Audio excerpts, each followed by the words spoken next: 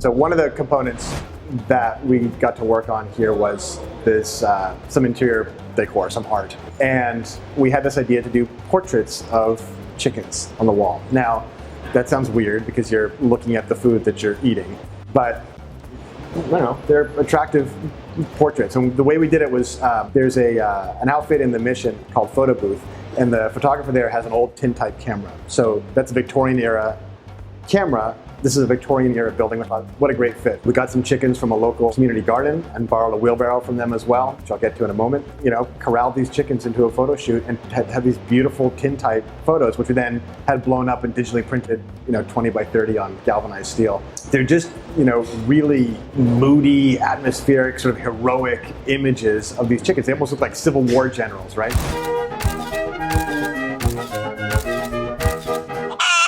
So we lined them up, these three sort of white chickens on the wall, and then there's a fourth space, which is the wheelbarrow.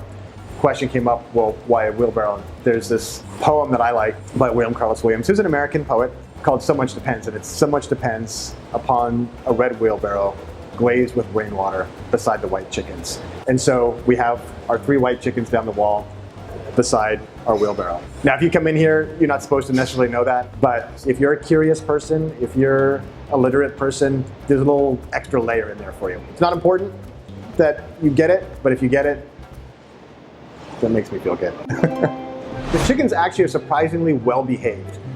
They're Cochin chickens, so they're show chickens. I don't think they're the kind that actually are served here, I hope not.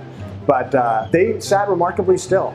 And we had a great intern at the time who sort of soothed them, and we had a photographer who had kind of a calming demeanor, and we had a few hours to do it. So it was one of the odder photo shoots that I've been on, but a lot of fun.